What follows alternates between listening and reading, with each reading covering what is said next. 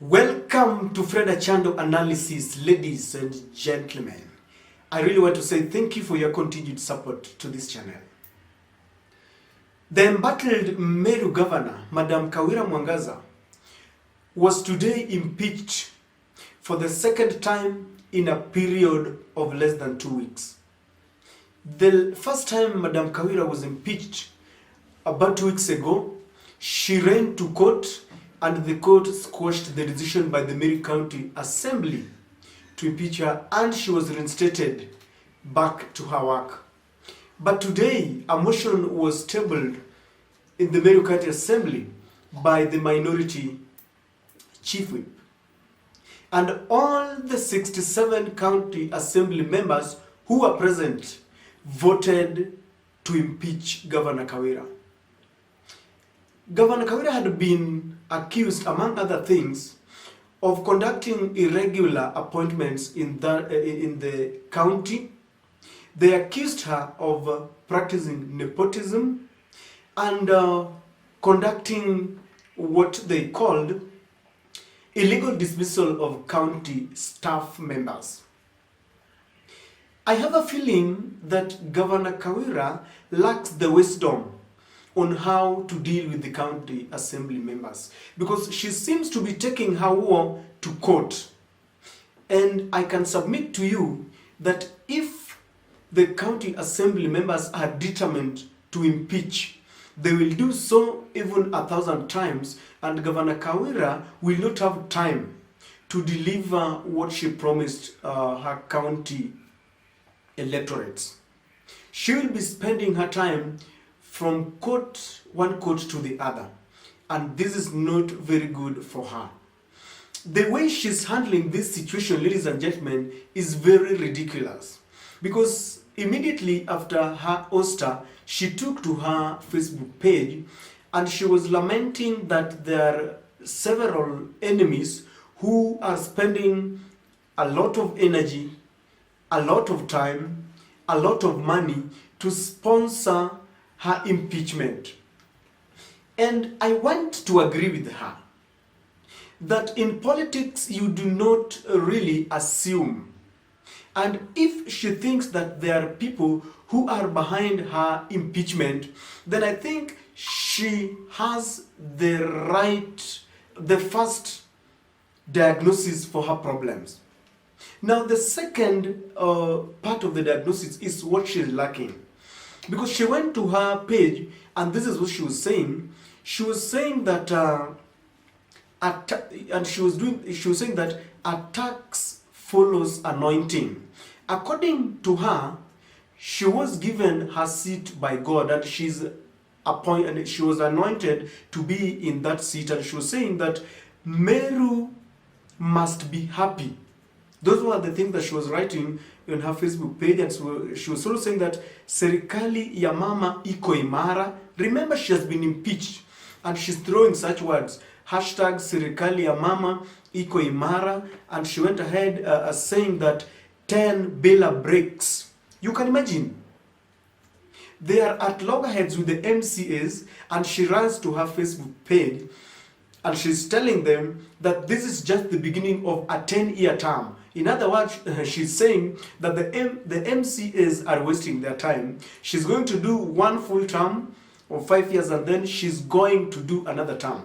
And I think she lacks the wherewithal of dealing with the county assembly. So in this video, ladies and gentlemen, I want us to look at what exactly should Madam Kawira do for her survival. Just before we delve so much into this discussion, I want to request you with profound humility as usual, if you are watching our channel for the first time, please subscribe to our channel, click the notification bell, and give our videos many likes. And I really appreciate it, ladies and gentlemen. The first thing, if I were to advise the Meru governor, is to ensure that she looks for William Samoei Ruto. The reason I'm saying this is because Kawira must understand that she was elected as an independent candidate. She defeated Mithika Lenturi, I hope I pronounced it well, and she also defeated Kiraitu Murungi.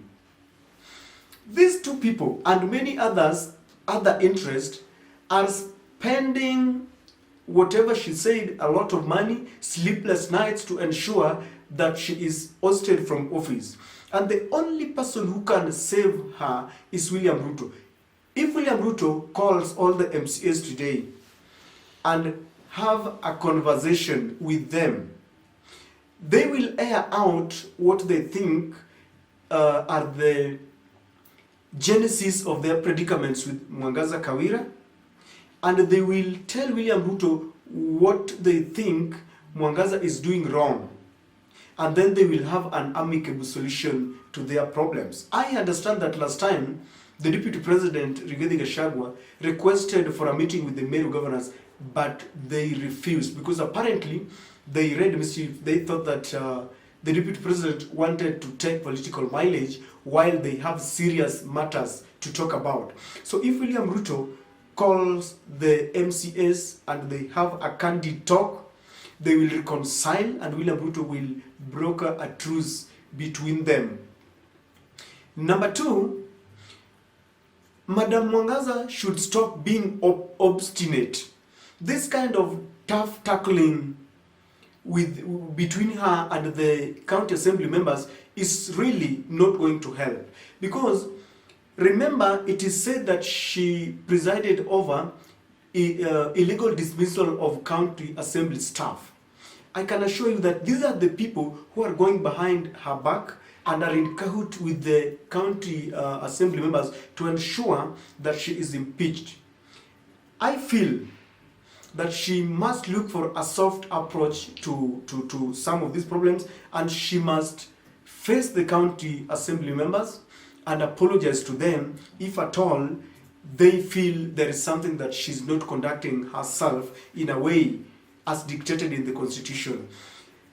She appointed her husband, I think, as the ambassador of the hustlers in the county, and the Meru County Assembly members are claiming that the appointments did not follow the duly laid down procedures as it's supposed to happen under the County Assembly Employment Act. And if you look at when the who started, it started by her husband appearing everywhere. She goes to the county assembly, the husband is there, I think, with a guitar. I think the husband is a one-man guitar. And people feel that she's mixing family issues, family matters, with serious matters as pertains employment and her work. And I think it's just very simple. This is just a family matter. You just tell your better half that, you know, I'm going to work. Please stay away. I know all of it. For the people who are married here, surely, should you go to work with your partner if there is nothing, if you are not employed together? Must you go together? I have a feeling that there must be an understanding between these two people. The husband must decide to stay away. I think there must have been some exuberance, that kind of happiness when the wife was elected as a governor, defeating two giants. But I think now they should come down and take cognizance of the fact that they have the wife has taken oath of office. She's now the governor of a county, and he must give her some time to be with the people.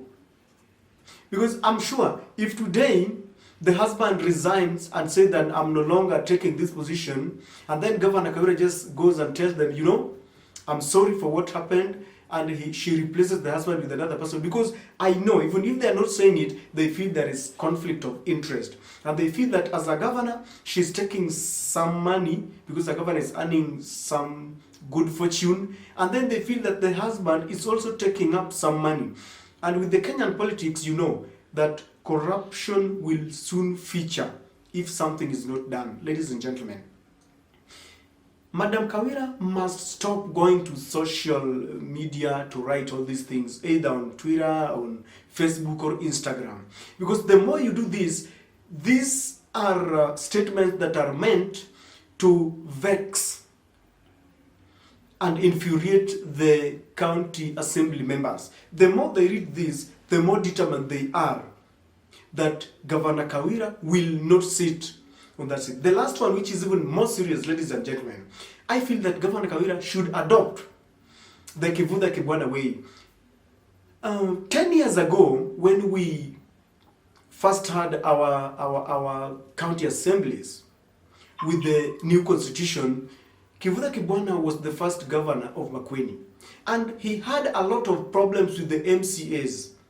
They were putting a lot of pressure because they wanted to go and hold meetings in Zanzibar where I think they wanted to preside over some corruption, illicit and illegal money, money transfer. They wanted to force this governor to give them money and to allow them to go and hold some meetings outside Makueni. And the governor felt that this was a kind of wasting taxpayers' money. So he stood his grounds and he refused. The wars went on and on until one day, the former governor Kivuta Kibwana invited the former president of Kenya, Uhuru Muigai Kenyatta, and he said that I'm calling you so that you can disband the county assembly members. You kind of do away with it. Under the constitution, if the president disbands, what happens is that people will be given time and they will go back, because if the president pronounces himself, then it means that we don't have any county assembly. You all lose your seats, from the governor and all the MCAs. Remember, the MCAs have used a lot of money to be elected into those seats. Some of them were not even sure that they were going to be elected as members of the county assembly. And so when Kivuta Kibwana threatened them that in fact, I think he had collected some signatures and he was ready. And he said that I'm ready to go back to the people so that I seek fresh mandate if they will elect me back as a governor. And then the members of the county assembly realized that, wow, hapa ni kubaya. Kwa sababu wengine walipewa tu ticket, unajua venye election huwa inaenda. Wengine waliuzauza nyumba zao, hata mashamba. So when you are told that you are no longer an MCA and you are going back to the people, you know what that means. This is how the members of the county assembly in Makueni toed the line. And from then, Kivuta Kibwana ruled for a 5-year term and he was re-elected. And he did a lot of good work there. If you check the records, he retired after doing his 2 term in the last general election. And Governor Kawira, if she's very sure that she has the support of Wananchi, let her invite the president so that the president can dissolve that county assembly, so that all the county assembly members should go home and then they seek a fresh mandate. I can assure you that the county assembly members will not accept this move. Instead, they will toe the line. But I want to say this. We really need an amicable solution, because when these two bulls are fighting, I call them bulls. Yani wanasema fahali wawili wanapopigana ni nyasi ndio huumia. So wananchi are supposed to be, enjoying the services of the county government. But when they engage in war between the governor and the county assembly members, then wananchi, the ordinary man, will suffer the most, because by the end of the day, Kawira will be getting her salary every month as long as she's on that seat, and the county assembly members will be getting their salaries, but the ordinary Mwananchi will not get their services. And so I feel that they should really move fast, move with speed to solve their problems and sort out their differences so that they can work for the people of the Meru County. I don't know what to think, ladies and gentlemen, but Kawira must do the 3 that I've given her. Thank you for listening.